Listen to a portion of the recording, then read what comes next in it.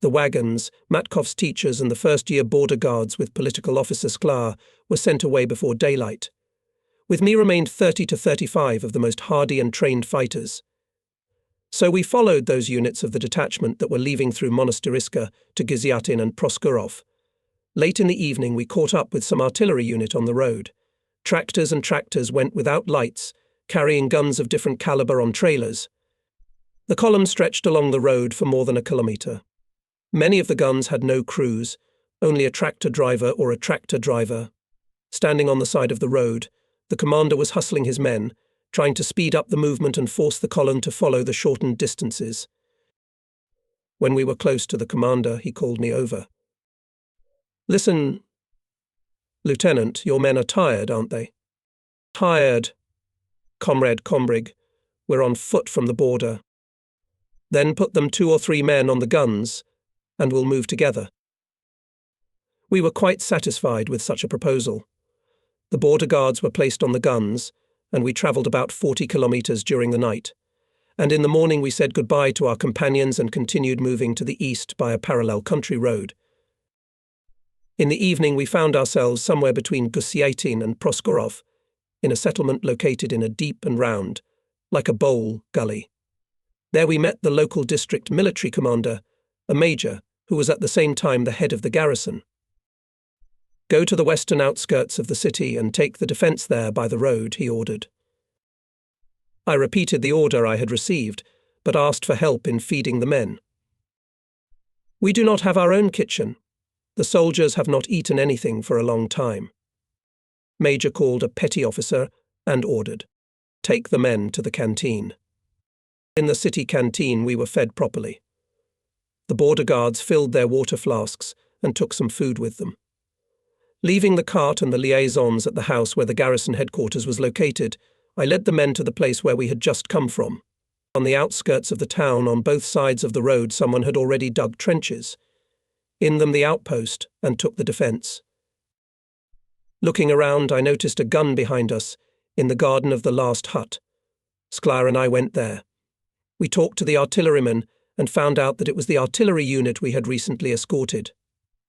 At about 2:00 in the morning I was tracked down by liaison officers and was given an order from the major military commander to come to the headquarters. Alone or the whole outpost? I checked with the liaisons. "The whole outpost."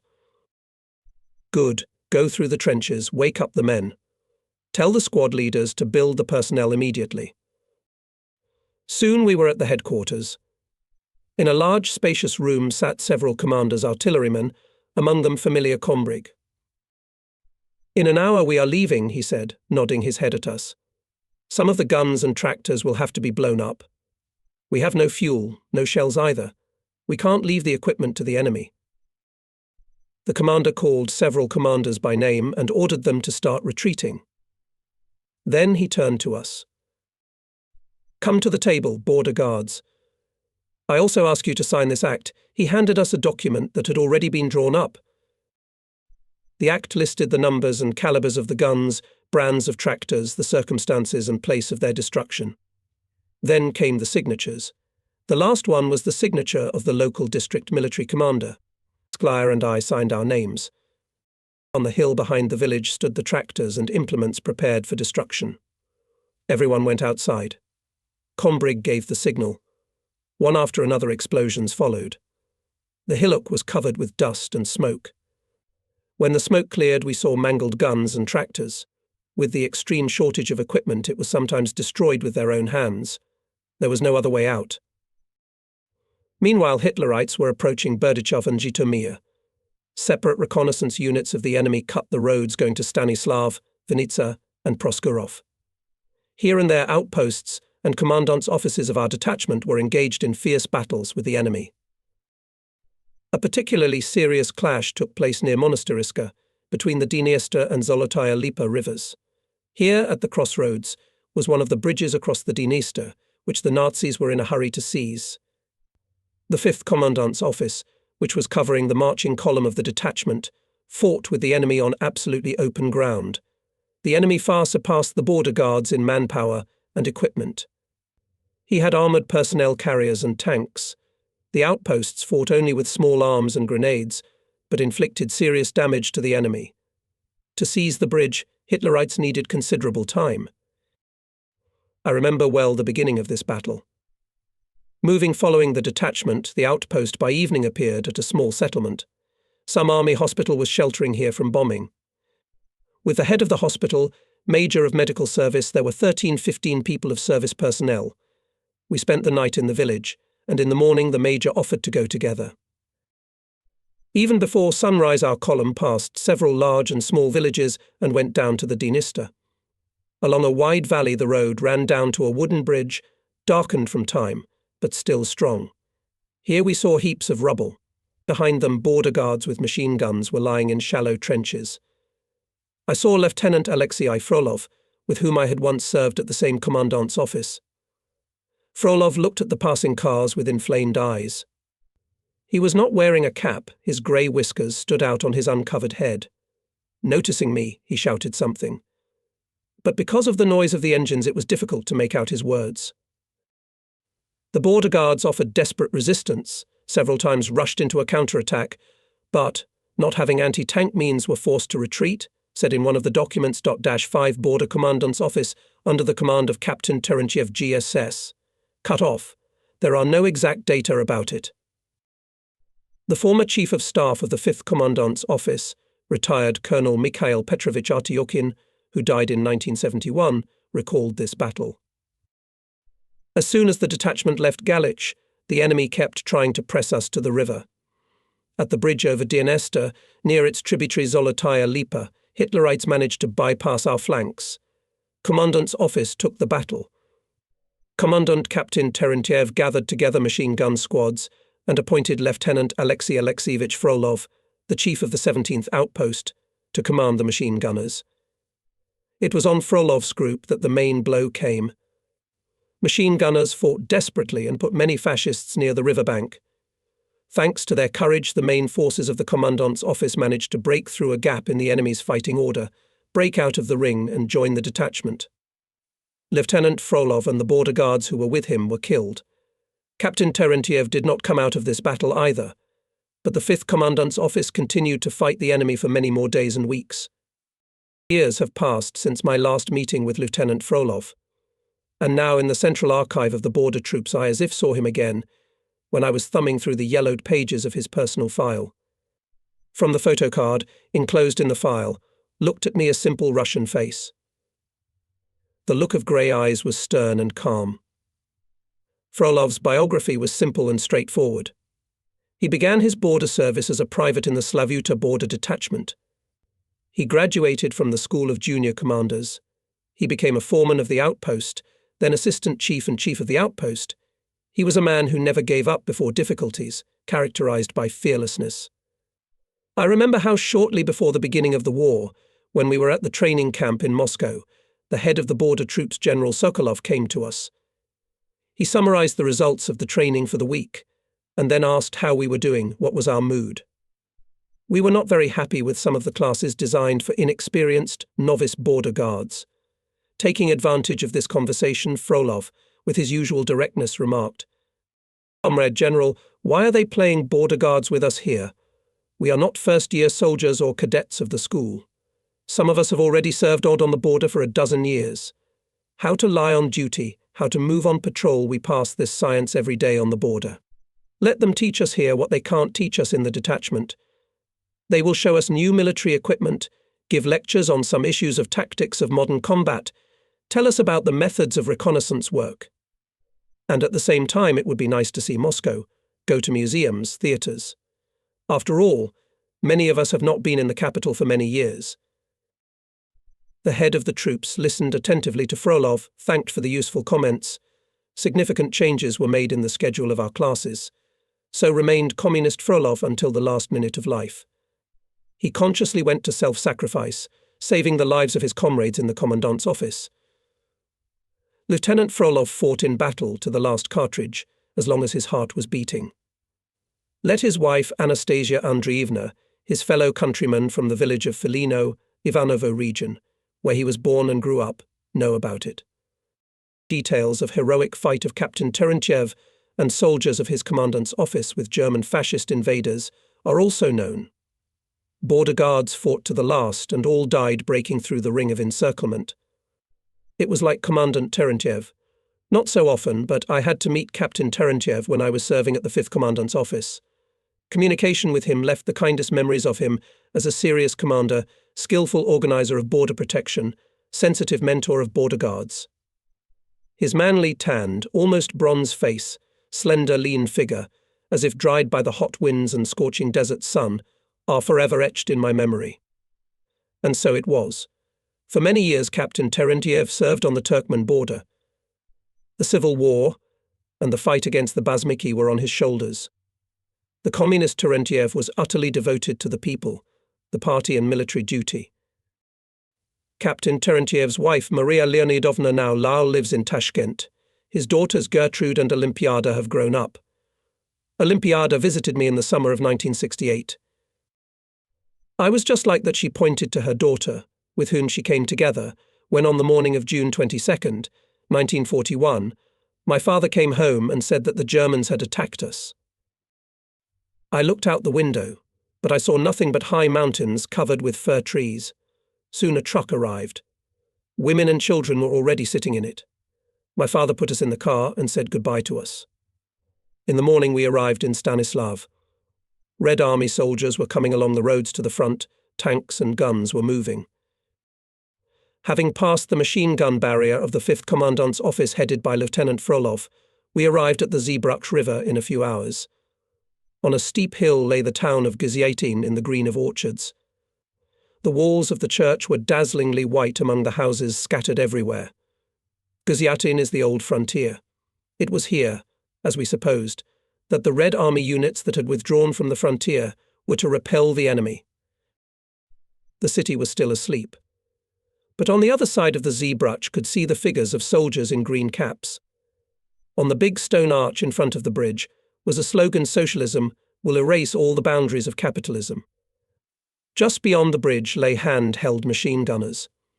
A few border guards, led by a lieutenant, were digging trenches in front of the outpost building. It was one of those outposts that remained on the old frontier to maintain the regime in the border zone. The hospital was leaving for Vinnitsa. It was not on our way. The border guards got off their cars. I went to the lieutenant. We introduced ourselves to each other, he said. Everybody's going to Proskurov. I guess you're going there too? I confirmed it. Then I asked him if he had spotted a political officer, 3 wagons with border guards and 2 young women. They passed by late last night. There was no one else after them. In the yard of the outpost a cauldron was smoking on the fire. The lieutenant offered us breakfast. We did not refuse. I liked the lieutenant. He was young, slim, and dressed in a black leather jacket with straps from cavalry equipment. How long have you been commanding the outpost? I was called up at the beginning of the war. We talked about the situation at the front. Then I noticed. There, beyond the Zbruch, our troops are gone. We are the last to leave. Join us. Let's go together. No, the lieutenant shook his head. I didn't receive an order to withdraw. What's the point of staying? You have only 12 men and 1 machine gun. What can you do here? But the lieutenant shook his head again. No, I won't go. I didn't get the order. After the war, one visited Gziatina again. They said that at the beginning of July 1941, there was a hot fight near the bridge over the Zbruch. Border guards detained an enemy motorized convoy for a whole day. Then the border guards were supported by some army unit. The Germans never got through here. They had to look for a way around. Who was the lieutenant we met at the bridge over the Zbruch? Who were those who stayed with him and fulfilled their duty to the end? The Central Archive of Border Troops gave the following information. From the documents it was established that in 1941, in the town of Gziatin there was a 22nd Frontier outpost of the 22nd Frontier Detachment and the management of the 4th Frontier Commandant's office of the same detachment. At the 22nd Frontier outpost served 17 people, including Lieutenant Chizhenkov Nikolai Ivanovich, the head of the outpost, and junior political officer Baranov Sergei Antonovich, deputy head of the outpost on political part. At the outpost served Alexei Vasilievich Tankovsky, petty officer, Konstantin Mikhailovich Senatorov, squad commander, Konstantin Dmitrievich Ivanov, squad commander, Arkady Yakovlevich Nazarov, manual machine gunner, Ivan Yegorovich Brinkov, manual machine gunner, Emilian Afanasyevich Horun, cook, Anatoly Ivanovich Temerin, gunner, Alexey Ivanovich Shibaikin, gunner, Semyon Ponomarev, gunner, Sergei Grigorievich Karshin, gunner, Afanoi Pantelievich Nuzhny, gunner, Nikolai Timofeyevich Rozhkov, gunner, Grigory Afanasyevich Skritnikov, gunner, Polikarp Lukyanovich Kosinov, gunner, Mikhail Efimovich Rishenko, gunner. Who of them was killed, and who survived it is impossible to establish, as the documents of the 22nd Border Guard detachment for June 1941 and the subsequent period have not survived. There is no information about place of birth and place of residence of the Border Guards before they were called up for military service in the list. The personal file of Lieutenant N. I. Chizhenkov contains data that he was born in 1913, a native of Novozensk district, Saratov region. Family. Wife Chizhenkova Anna Vasilievna, born in 1916, a native of the town of Novozensk, and daughter Lyudmila, born in 1939. At first it was impossible to find out more, and suddenly, on the eve of the 25th anniversary of our victory over Nazi Germany, I received a letter. The Red Pathfinders of the Gizyatinskaya 8-year school appeal to you. We were born and live in the village, where the state border of our country passed until 1939. Here were hard service of the Chekist soldiers. Many exciting stories about these courageous people are kept by old residents. Decades will pass, and the memory of glorious feats of border guards will remain in the hearts of people. We are especially concerned about the events of 1941.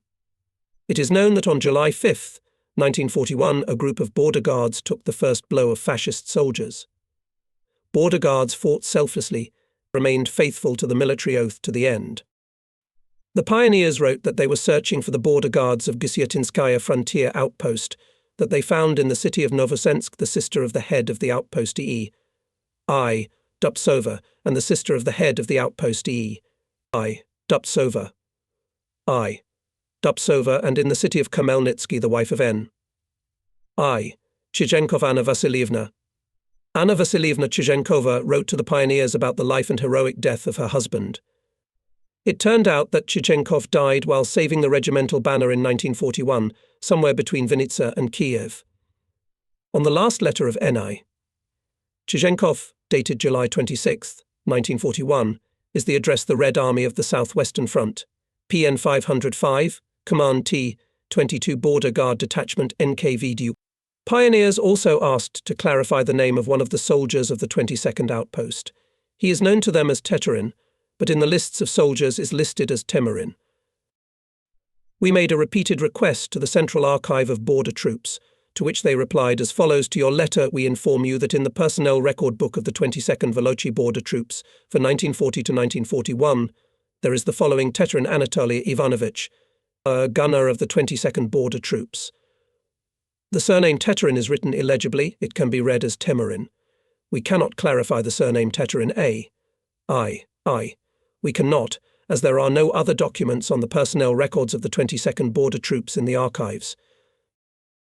It seemed that there would be no new information about the border guards of the 22nd Outpost. Suddenly someone called my apartment. I opened the door. At the threshold stood a medium-sized thin man of about 50 years old. "Hello," he said. I returned the greeting. "You don't recognize me?" the man asked. "No," I answered, looking at his tanned, manly face. "Have we met somewhere?" "Yes. Do you remember July of the 41st year, the outpost in Gizyatina? I am a former border guard of that outpost, Polikarp Lukyanovich Kosinov. Kosinov was just passing through Moscow. He had very little time." Of course, I didn't remember his face. Our stay at the Gizyatin outpost was too short, and at that time I had to talk only with the chief, as it is now known, Lieutenant Chizhenkov. But Polikarp Lukyanovich remembered me and recognized me now. He lives in the village of Novo Makarov on the Voronezh land, works as a blacksmith in the collective farm workshop, twice awarded the Medal for Labour Valour. He told the following about the outpost and himself. I was drafted into the border troops in 1937. At first I served at the frontier outpost in Gziatina. In October 1939 I was transferred to the 92nd Frontier Detachment as an instructor of a search dog at the frontier outpost in the town of Paripsy. I had a lot of detentions of violators of the state border in 1940. I expired the term of service, but in the air, as they say, smelled a storm. And together with other border guards to be demobilized, I was sent to reinforce the old border. So I found myself again in Gziatina at the 22nd Border Outpost. The war caught me here. Red Army units were withdrawing through our outpost. By the beginning of July, all of them had passed through. We were left alone on the old frontier. One night, the chief of the outpost, Lieutenant Chizhenkov, put me and one border guard on sentry duty at the bridge. At night, we heard someone sneaking towards us in the darkness. I called out to the unidentified men, and in response there were machine gun bursts. We also opened fire. 2 of the attackers, dressed in civilian clothes, were killed. It happened just before your outpost passed through Gziatin. We took the defence at the bridge, and when Hitlerites tried to break through the bridge, we met them with friendly fire. A traffic jam was formed, and we were beating Hitler's soldiers. They had to deploy near the river. Just at that time, some army unit came to the aid of the outpost. By joint efforts, we repulsed several times attacks of fascists. On the second day, they put a massive fire of artillery on us, called airplanes. But even this did not help. Then, having found a ford, Hitlerites began to cross the river downstream. We received an order to withdraw in the direction of Vinnitsa. In some small town near Vinnitsa, our 22nd Border Detachment was concentrated. There were only 3 of us from Gziatin border outpost Horun, Rozhkov and me. And again there were fights. Rozhkov was killed in one of them. We were surrounded. We fought our way back to our unit together with Captain Dmitry Polyakov. Then I was enlisted as a company foreman in the 97th Border Regiment. In the battle near Kharkov in 1942 I was severely concussed. That's all, finished Kosanov. Lieutenant Chizhenkov and junior political officer Baronov Kosanov saw for the last time in the battle at the bridge over the Zizbrukh. I didn't know then that I was parting forever with this courageous man who had joined his outpost in an unequal battle with the enemy. And even if I knew, what could I do? We didn't leave without orders either. And each day won from the enemy, even at the cost of self-sacrifice, contributed to the organization of repulse of the enemy on new frontiers. In Yarmolinsy we caught up with the border guards, who were leaving together with Skvira. Here, in a garden or in a forest, the soldiers were waiting out the heat of the day. Starshina Vershainin and the cook Mikhailov cooked eggs on the fire in big cast iron. Where did they get so many eggs from? I asked Vershinin sternly, suspecting that someone had dared to beg them from the locals. Skvira explained that he had authorized the opening of a nearby store, which no longer belonged to anyone. There was nothing in the store but eggs, so they took them to feed the fighters. It's not to be wasted. For some reason, it was in Yarmolinsy that I noticed how the border guards had lost weight, turned black and gaunt, how they did not look like those carefree, cheerful cavaliers in their sun-soaked, sun-scorched gymnasias, who were twirling around in the courtyard of the outpost with Kriva and Ivashkov girls on the last evening before the war. Between the past and the present lay a line, which could not be erased by anything. Back on the road. Border guards go concentrated severe. The road runs near the former fortified areas. Not a soul. Black empty eye sockets look loopholes of reinforced concrete pillboxes. Neither guns, nor machine guns, nor those who had to keep every metre of land under fire, dressed in stone and iron. Where has everything gone? Remarked one of the soldiers who served here before 1939. So much for the old border, and they said we would not retreat further. Sergeant Smolyanets calms us down. Proskurov is also an old border. Maybe the defence is occupied there. We walked with the political officer in silence, not interfering in the sudden conversation. A year and a half ago, when we served on the old border, It seemed to us an impregnable fortress. Soldiers and commanders had been to the fortification units and had seen a lot of things with their own eyes. Now there was none of that. After the border moved to the west, the fortified areas were dismantled and mothballed in connection with their construction on the new border. Following the treacherous invasion of Hitler's troops, the old fortified areas were hastily put back into fighting condition, but unfortunately it was not possible to achieve their former strength. "Yes," I said to Skvira, "the picture is not cheerful, but we need to cheer people up. Maybe there's something we don't know." Skvira walked along the column. "Why are you so gloomy, Eagles?" I heard his voice. "The bunkers are empty, no problem, if the fighting spirit is strong. Let's remember how we fought at the border. Who fought us or them?" It was getting dark. Somewhere in the northeast, the sky was illuminated by flashes of broad lightning. The enemy was bombing something again, but the rumble of explosions did not reach us. We could hear only the squeak of sand under the wheels of our wagons and the muffled conversation of the political commander with the soldiers.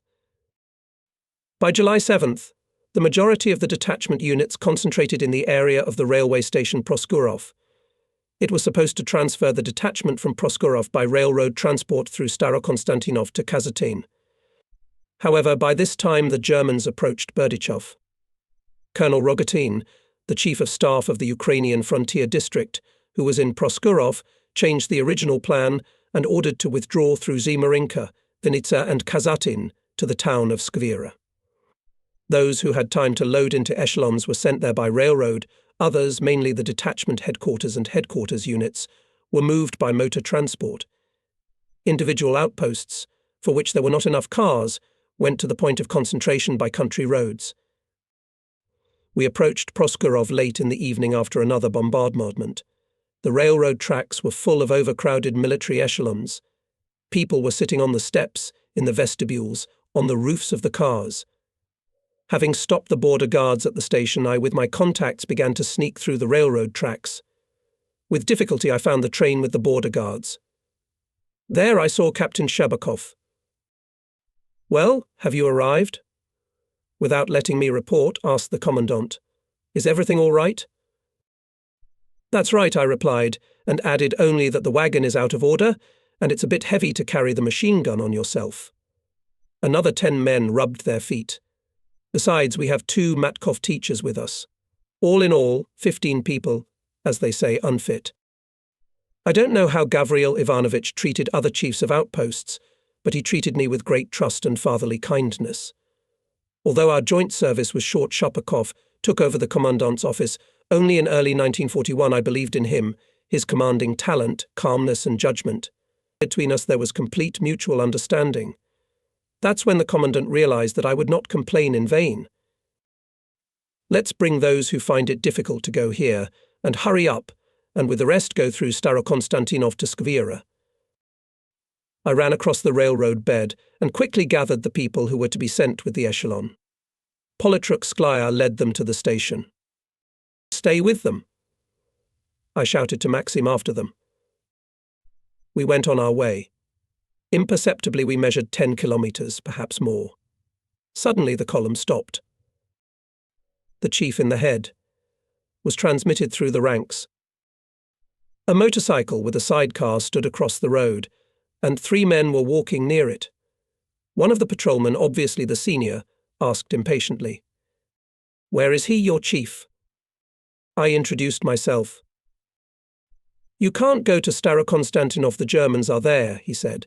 "Go to Kazatin." "And how to get there?" "Go back, get to Kamelnik and ask there." To shorten the way, we turned off the road into a pea field and took the necessary azimuth by compass. We walked like that for about an hour, until we found ourselves on some country road. It was risky to move further. A compass was a compass, but who could tell where the enemy was now? And the men were tired, literally falling asleep on the move. So I decided to wait out the night in the field. Sentries were posted, and soon everyone fell asleep. I was the only one who couldn't sleep. Lying on my back, I looked into the star-studded, almost tarry sky and thought about how far we were from the border, not of our own free will. Not even half an hour passed when I heard the familiar rumble of German bombers. Over Proskurov hung parachutes with flares from airplanes. Anti-aircraft guns slammed, but their faint sound was drowned out by bomb bursts. Pillars of fire rose to the sky. All around was illuminated by a faint twilight. The deafening thuds were heard for quite a long time.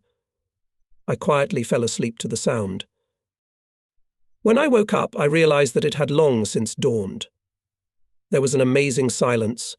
The border guards were lying motionless. Even the sentries had their faces pressed into the ground. An unpleasant chill pricked my heart had something happened.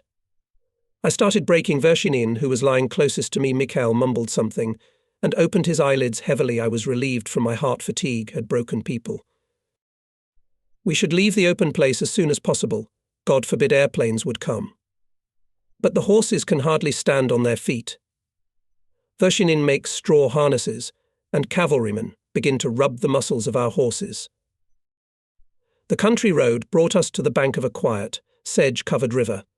Along it we reached the town of Khmelnyk, a green resort place. Some army headquarters was located here. On one of the streets we were detained, and asking how we got here, we were advised to get out as soon as possible.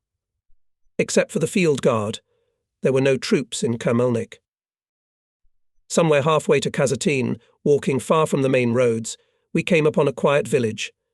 I decided to give the people a rest. The villagers welcomed us warmly. They fed us, gave us drink, and the women began to wash linen and shoelaces.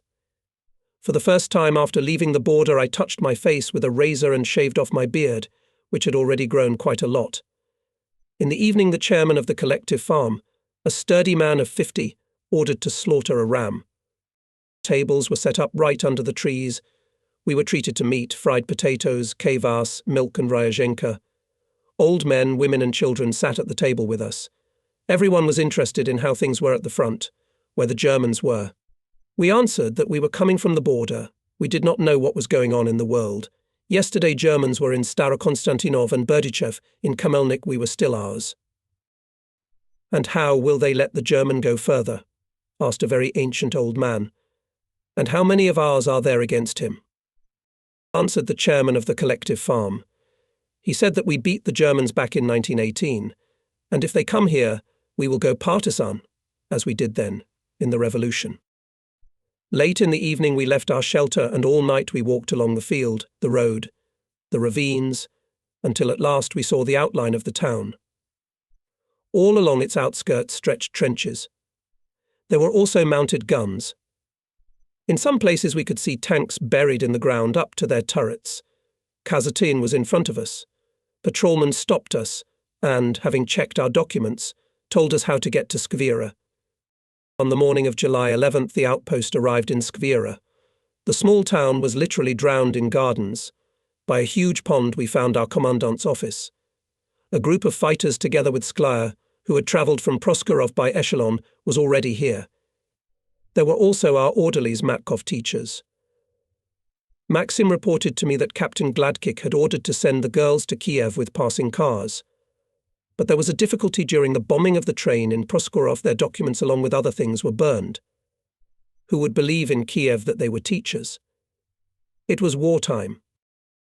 So I left them in the house until your arrival.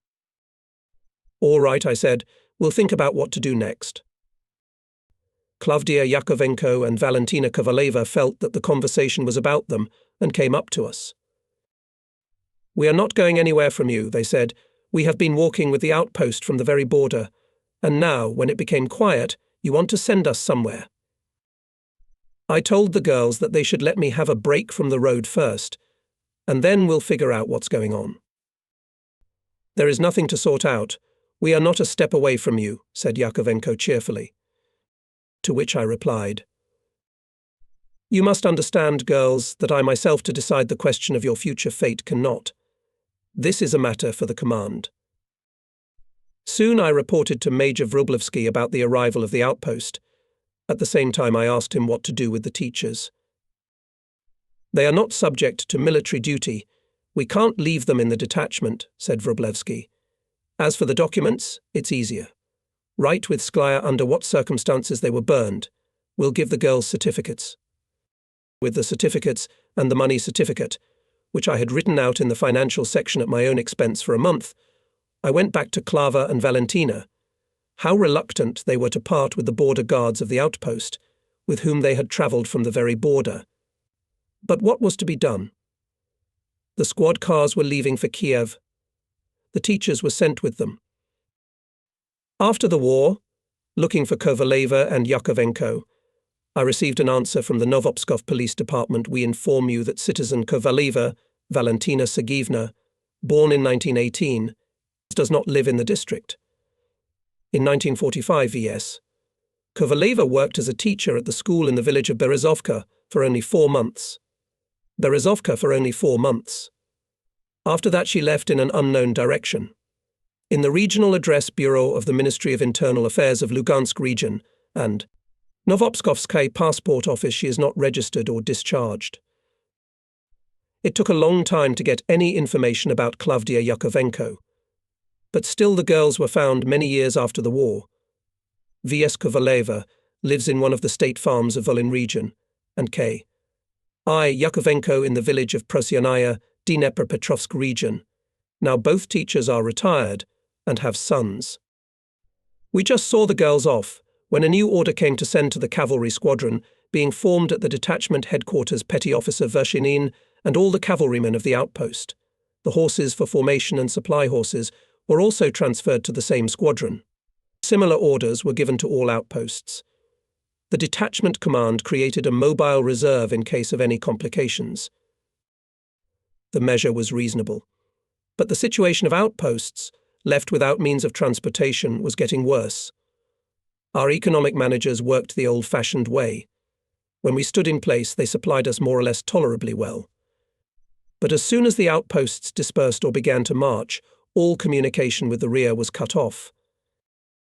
Looking at Petty Officer Vershinin, who was leaving with the cavalrymen, I remembered the day when he first arrived at the outpost. It was in November 1940. A border guard with a dashing cavalry bearing came into the office. I will not hide, the first meeting with Vershinin upset me. The new petty officer wanted to emphasize that he was an independent man. A lamb's cap with a green top and 2 crossed white ribbons rested on his head. The long overcoat was edged in many places with green cloth. The multitude of buttons, polished to an incredible luster, made his eyes ripple. A hussar, indeed. As if not noticing his motley attire, I said, "If you were sent to the outpost, then until the evening to dispose of yourself, get acquainted with people, and then we'll talk about everything." At the combat formation, I introduced the new petty officer to the personnel and ordered the sergeant temporarily acting as his sergeant to hand over the outpost management to Vershinin. Vershinin reported the acceptance of all cases, and we had a heart-to-heart talk with him. It turned out that he was from the village of Vorotonets, Gorky region, was born in 1918. His mother and father stayed in the village. He is serving in the border troops for the 3rd year. "You know, comrade petty officer," I said in a tone that allowed no objections, "you are my deputy in the household and assistant for training and education of border guards. You will sometimes have to stay at the outpost for the chief and independently solve various issues. And to whom much is given, much is asked of him. Let's start our joint work with the fact that you will hide your kubanka until you are discharged to the reserve. Put on the proper headgear, tidy up your overcoat. We'll meet again in the morning to familiarize ourselves with the border section." At first we had some misunderstandings. However, soon Mikhail Vershinin became a real businessman and my assistant. He acted exceptionally bravely in the first days of the war. And now fate wanted to separate us in the town of Skvira. In 1942, already being a platoon commander, Mikhail Vershinin died a heroic death during the attack on Oboyan. In the evening, the outposts and units of the detachment were built, and we were announced that by the decision of the front command we were going to protect the rear of the 26th Army. The Commissar Avdyukin made a speech. "Although on the battlefields of many fascist invaders have found a grave, he said, the enemy is still strong. He continues to climb, throwing more and more new forces into the fight. Everywhere there are heavy and intense battles. The command entrusts us with a responsible task to restore order in the front rear. The enemy uses every opportunity to cause us damage. He sends spies, provocateurs who spread false rumors, sow panic, commit sabotage. Our task is to root out this evil. It was immediately announced that the detachment was given a 5-day vacation. This message pleased everyone. Border guards were pretty exhausted during these days. From June 22nd to July 10th, 1941, fighting large and small battles, covering the withdrawal of the 13th Rifle Corps, we passed from the Carpathians to Skvira, about 700 kilometers. In Skvira there were also border guards of the 93rd Detachment, guarding the state border to the north of us. Here were also concentrated units of the 6th and 16th Motorized Rifle Regiments of the NKVD troops, as well as units of the 92nd Border Guard Detachment. It was thought at that time, this was evidenced by the task assigned to us, that our position at the front was going to be strengthened. The former chief of the 93rd Border Guard Detachment, Major General retired VA.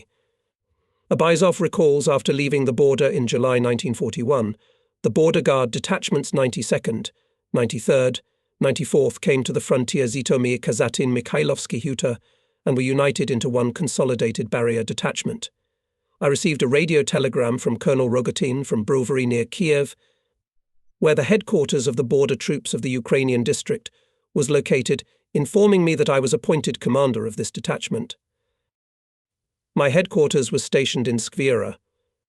As the combined detachment was concentrated, it was moved forward to protect the rear of the 5th Army, the 92nd Border Guard Detachment, and the 16th Motorized Rifle Regiment of the NKVD, and to protect the rear of the 26th Army. The 94th Border Guard Detachment and the 6th Motorized Rifle Regiment of the NKVD. Thus, the above-mentioned units were deployed in the Kazatin-Fastov section to carry out barrier service. The 93rd Border Detachment, which I continued to command at the same time, remained in Skvira and was the reserve of the commander of the combined detachment, on the edge of the tank wedge. In a sand quarry near the village of Popelnia in Zhytomyr region, a normal working day was going on. The excavator was loading sand bucket by bucket and loading the approaching cars with it. Suddenly the top layer of earth from the edge of the quarry crept up. An old trench was exposed. A rusty grenade fell at the feet of the workers. Mechanic Fedorenko stopped the excavator. Grigory Ivanovich Panchuk, the chairman of the village council, a former frontline soldier and a reserve captain, immediately informed the Popolnyansky district military enlistment office. The military commissar Lieutenant Colonel Vladimir Alexeyevich Golitovsky, together with the head of the 4th Department Lieutenant Colonel Pavel Ivanovich Pali, hurriedly went to the place of work. Excavations began. The remains of 8 dead soldiers, 3 grenades, 2 rifles, 3 cartridges, 3 gas masks, articles of clothing and footwear, a cloak tent, 2 plates with belts of officers' equipment, a Red Army star, a green buttonhole with 2 cubes were extracted to the surface of the ground. Conversations of the command staff not once heard the words, "Oh, how great artilleryman Soskov covered the enemy column." Senior Lieutenant I.V. Soskov, after the battle at Popolny, continued to fight the enemy with his artillerymen. His fame, according to veterans, rattled all over the front. His exploits were reported on Kiev radio, written in frontline newspapers. But on the 101st day of the war, IV. Soskov died. The former commander of the firing platoon, Lieutenant V.V. Kovin, reported to Ivan Vasilievich's wife, "With your husband, as you know." I began to fight from the first days and was with him all the time until the last minute of his life. Ivan Vasilievich died in the night from September 30th to October 1st, 1941 in the village of Devichki, Peryaslav district. This village is not far from the Olshishev shooting range, where we used to go to shoot, just 5 kilometers from the Dnieper. He died the death of the brave. When I was told about it, I ran to him, took him in my arms, but he was already dead. The battle was heating up. I ordered his burial, and I ran to the guns again. The names of other heroes artillerymen who fought near Popelnia, named former gunner F.M. Sinev. The commander of the 1st firing platoon was Lieutenant V. Kovin, the 2nd Lieutenant B. Lebensky. His son, Vladimir, came to me and was interested in the circumstances under which his father died. I told him everything I knew. Until July 14th his father was alive. I remember him well. He came to our battery about 3 months before the war started. A young, fit, vivacious, sociable lieutenant, an active participant in all sports competitions. Together with him I played soccer. Among my colleagues in the battery I remember well Petty Officer K.A. Matveev, Platoon Commander A.I., Ivanushkin, Driver Alexei Loganov, Artilleryman V.D., Muzyenko, N.V., Nerezik, S.T., Nedjuev, Anatoly Chistyakov, Alexander Nikitin, Nikolay Fedyakov, Sergei Davidov. Who of them survived I do not know, as during the battle I was severely wounded and evacuated to the rear. After Capt. S. Yudin, the command of the 6th Motorized Rifle Regiment was taken by Senior Lieutenant G.G. Pantyukov, but I learned about it almost 40 years after the war, as well as about the fact that the soldiers of the regiment, having withdrawn with battles to Voronezh, then participated in the Battle of Stalingrad and ended the war in Berlin, among the first to break into its suburbs. I did not have a chance to see the end of the battle. In one of the fire raids I was concussed. I regained consciousness somewhere on the railroad tracks. I was lying on a stretcher, and in front of me there was a freight car with wounded border guards. Captain Gladkick was standing at its door, putting his bandaged hands on the bar. A little farther away I could see an ambulance. Near it Alexander Yerdakov, the liaison officer of our outpost, was walking with his rifle slung behind his back. I tried to get up. Yerdakov noticed it and ran up to me. With his help I made a few steps to the wagon. Captain Gladkick touched my hands. It was a momentary flash of consciousness, during which I could not make out what was going on around me. The ground went under my feet, and Yerdakov put me on the stretcher again. I woke up in the ambulance. Yerdakov was sitting next to me. We drove up to the station. Feldshir Boyko and Yerdakov helped me to get down to the ground. Suddenly from behind the station building appeared a highly excited political officer Skvira with border guards of the outpost. Maxim came up to me and started to say something, but I couldn't make out anything. I shouted, "Why is he here?" But I couldn't hear my voice. He pointed to the battalion commissar Avdyukin, who also appeared at the station surrounded by border guards. Only then I realized that we were withdrawing. "Quickly take the men away," I waved my hand. Captain Zherba, head of the artillery service of the detachment, picked us up with Yerdakov. On the car with ammunition we caught up with our own. The Germans continued to advance along the railroad to Fastov. One of the tank columns rushed to the village of Paripsy. Shortly before that 60 border guards arrived in Paripsy together with the Chief of Staff of the 5th Commandant's office, Mikhail Artyukin. Captain Sereda left this group at his disposal, and his deputy on political part, Senior Political Officer Pavel Kolesnichenko, ordered to lead the departure of the 1st Commandant's office on the road to Strokov. About how the events developed in Paripsy, recalled MP. Artyukin, we learned that the Germans had completely seized the station and the village Popelnya. By this time, Senior Political Officer Kolesnichenko, together with the 1st Commandant's office, was already 5 or 6 kilometers away from the village. Worried about the fate of the inhabitants, Captain Sereda decided not to take up the defense in Paripsy, but to give battle to the Germans on the other line. We left the village, but we did not pass 2 kilometers, as German tanks appeared. We realized that our comrades in the squad were ahead of us, so it was necessary to delay the enemy at any cost. Having received an order from Captain Sereda, I turned the border guards in a chain. We lay low. On both sides of the road were collective farm fields. On the left grew rye, on the right millet. Border guards courageously entered the battle with the enemy motorized column. Captain Sereda ordered to collect hand grenades and tie them to fight with tanks. The soldiers tore their shirts and tied grenades with scraps. The distance separating us from the fascist tanks and armoured personnel carriers was rapidly shrinking. We opened fire from machine guns and rifles, and Political Officer Kuzmin, border guards Vasiliev, Basov and Ivanov crawled towards the tanks. Bundles of grenades flew. The tanks stopped. Then a few more fighters crawled to the armoured cars. In order not to let them close, the fascists hit the border guards from the place. Our machine gun answered with fire, not allowing the German machine gunners on the armoured vehicles to raise their heads. But here the machine gun, behind which was Sergeant Mikhail Dunichev, fell silent. Captain Sereda himself lay down behind the machine gun. The commandant sent cue after cue at the enemy. He was firing until the surrounding German tanks did not release 2 jets of tank flamethrower. The ground burst into flames, the grass caught fire. There were only a few of us left. There was nothing to hold back the tank avalanche. We crawled away into the rye. It sheltered us until evening. When I was invited to Popelnia for the opening of the monument to the border guards of our unit, I was told that after the battle with Nazi tanks, the collective farmers of the village of Golubyatin, cleaning millet, found a dead commander border guard in the field and buried him. This message interested me, and I asked my friend Ivan Ketchluba to come with me to Golubyatin. We were lucky. We quickly found an eyewitness to those events, Konstantin Ilyich Pontelelachuk. Here's what he remembered. It must have been about 3 weeks since the battle. The front line from our village was already far away. We decided to remove millet from the field, on which on July 14th, 1941 border guards fought with Hitlerites. Most of the crops were destroyed by the caterpillars of tanks, but still something survived. About 600 meters from the road I was mowing, and suddenly saw a dead man. He had a green cap on his head, and 2 sleepers on the buttonholes of his uniform. That means he was a major. K.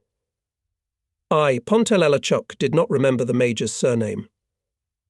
The dead man was buried near the road, near the mass grave, in which the fallen border guards had been laid earlier. Among the commanders of the units that fought here, there was no one with the rank of major. I left Popelny with the question, who is this major? One day, looking through the documentary fund of the Museum of Border Troops, I read a record about the battle of the 3rd and 4th Border Guards under the command of Major Bystretsov. There was no Major Bystretsov in the headquarters of the 3rd and 4th Border Commandant's offices, so it was apparently a representative of the headquarters of our or the composite detachment, which I might not have known about for some reason. To check this assumption, I wrote to Andrianov, the former commandant of the 4th Border Commandant's office in Leningrad. Andrei Leontievich replied. Now about Major Bystretsov. I don't remember his name and patronymic. I know that he appeared in the location of our defence near Popelnaya either before the battle or in the course of the battle. I appealed to him as a representative of the command for permission to withdraw from this defensive.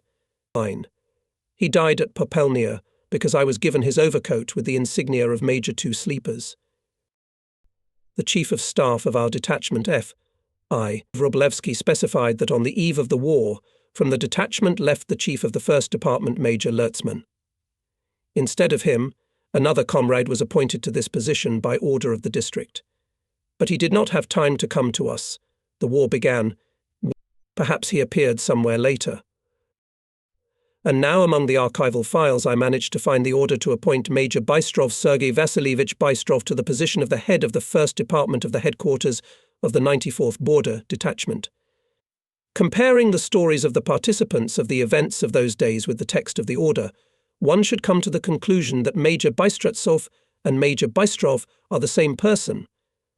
It was he who arrived from Kiev to Skvira on the eve of the battle in Popelna, and was the representative of the headquarters of the combined barrier unit at Colonel Abizov.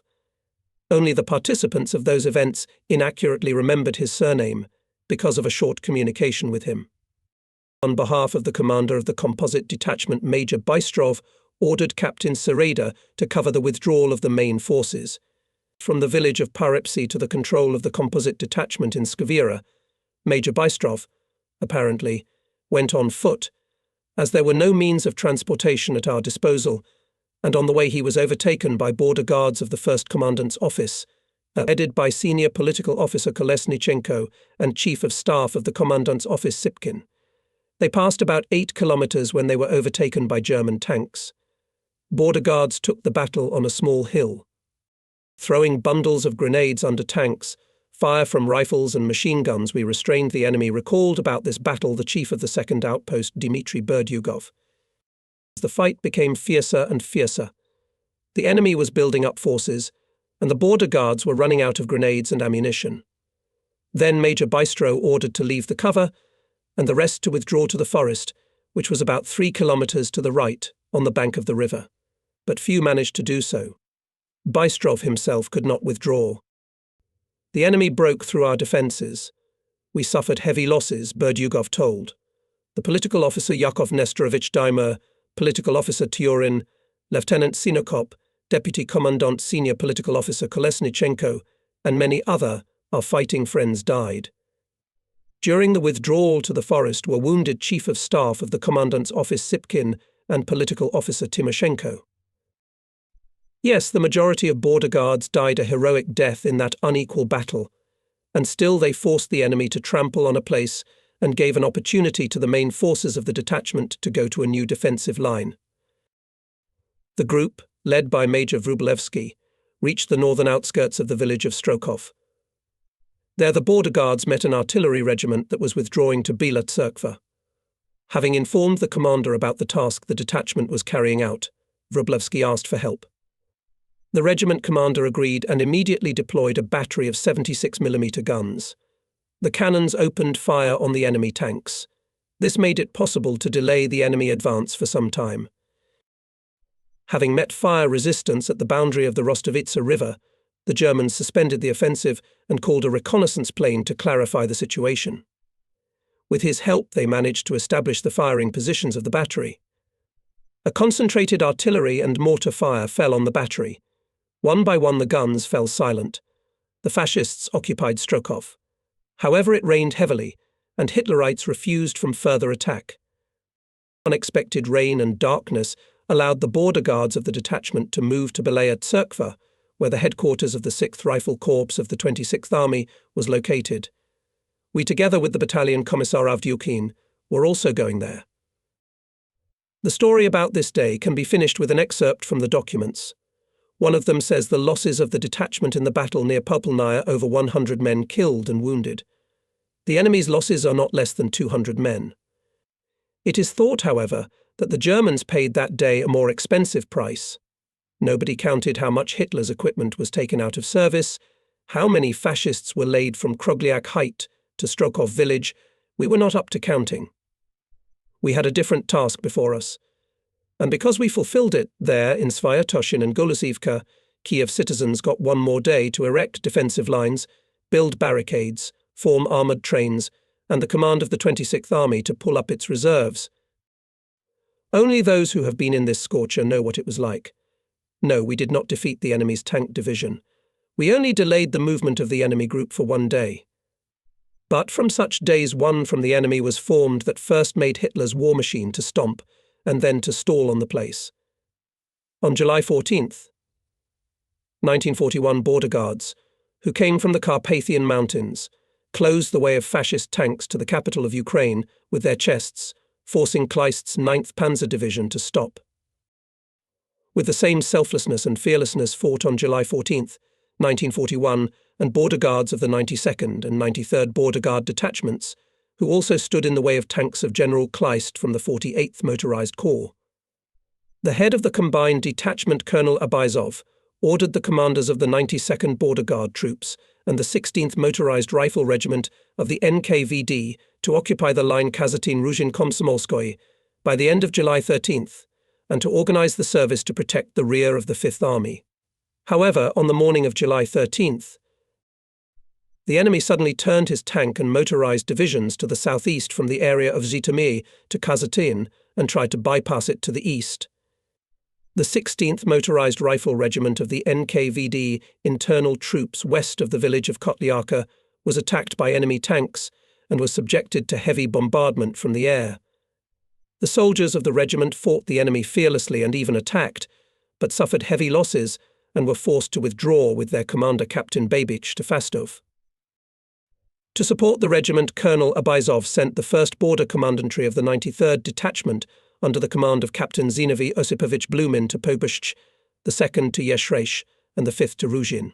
These commandantries engaged in combat with the enemy. Then they were reassigned to the head of the 92nd Peremyshal Border Detachment, Lieutenant Colonel Tarutin, and continued to fight together with this detachment. The 3rd and 4th Commandant's offices of the 93rd Frontier Detachment covered the crossings of the Rostovitsa River in Strokov and Povalok. and then they were transferred to Paripsy, where they stopped the enemy's advance. Later, the 93rd Frontier Detachment was the reserve of the commander of the 6th Rifle Corps and provided the junction between the 159th Regiment and the 41st Rifle Division, defending Bila Skvira. The 92nd Frontier Detachment took up the defence at Zhashkov Station. On July 19th, we received information that an enemy airborne landing force had landed somewhere nearby. The detachment command received an order to destroy it.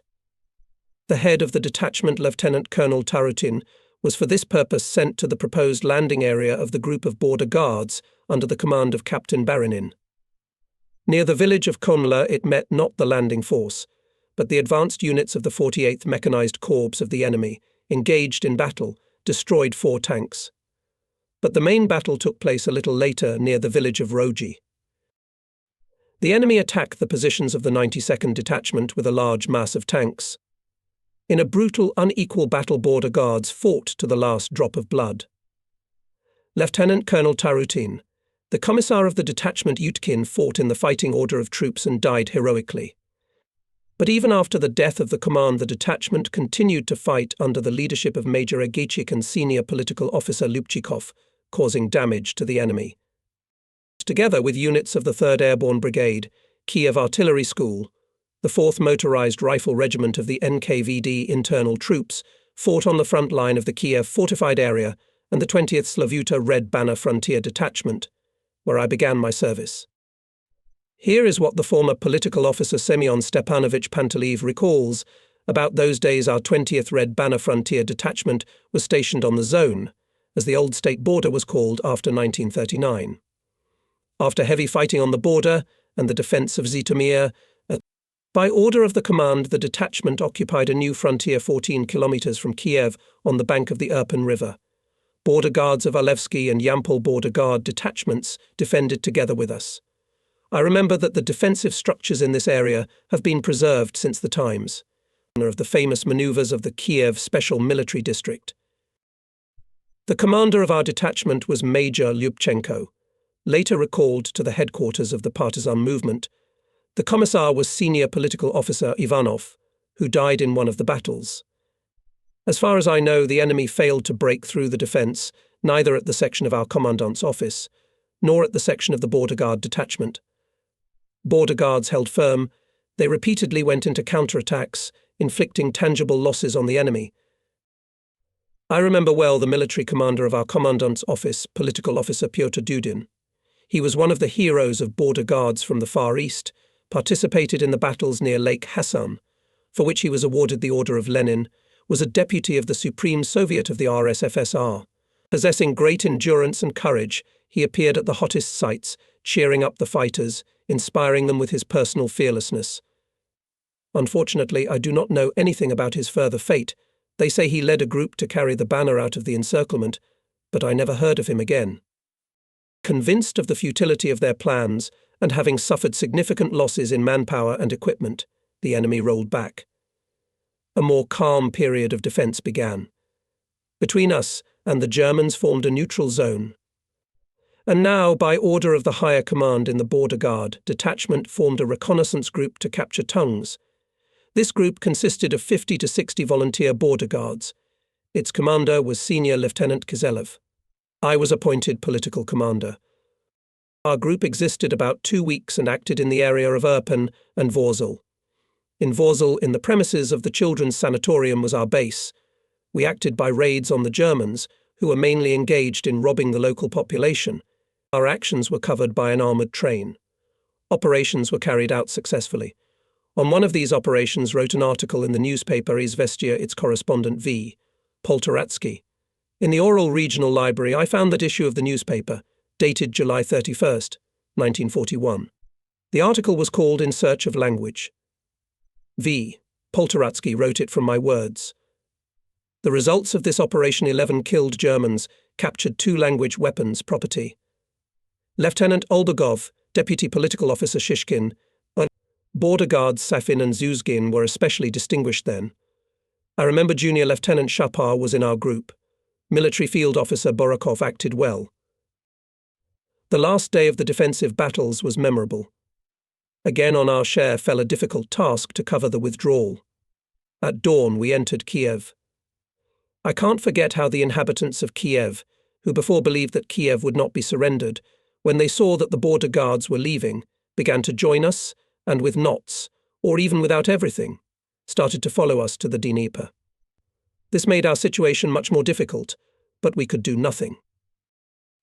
Behind the Dnieper came the most difficult period fighting in encirclement. But even in these incredibly difficult conditions, border guards showed fortitude, courage, remained faithful to military duty. We had to fulfill various tasks to cover the withdrawal, to eliminate ambushes of the enemy, to provide crossings, to do many other things. The settlements of Baryshevka, Borispil, Pyratin, Yargotin, where there were especially hot battles, were remembered for the whole life. No matter how hard it was, but I never heard of a single case when any of the border guards thought of surrendering, although the Germans literally flooded us with leaflets calling to surrender. More than 40 years have passed since then, but people have kept in their memory the feat of the border guards. Residents of Kiev and Bila Tserkva, Fastov and Kazatin, big and small towns of Ukraine, villages and hamlets remember about it. On the eve of the 20th anniversary of the victory over German fascism, the residents of Popelnyansky district in memory of the heroism of the soldiers of our 94th Border Guard unit, who in a difficult time for our homeland courageously and steadfastly defended their land, erected near the village of Golubyatin, at the fork of the road, an obelisk on which they wrote "Comrade." Bow low to these fields. They are sprinkled with the blood of heroes. Here on July 14th, 1941, in an unequal battle with fascist tanks, died the death of the brave hero of the Soviet Union, Captain Sereda, political officer Kolesnichenko, and 152 soldiers of the 94th Frontier Detachment.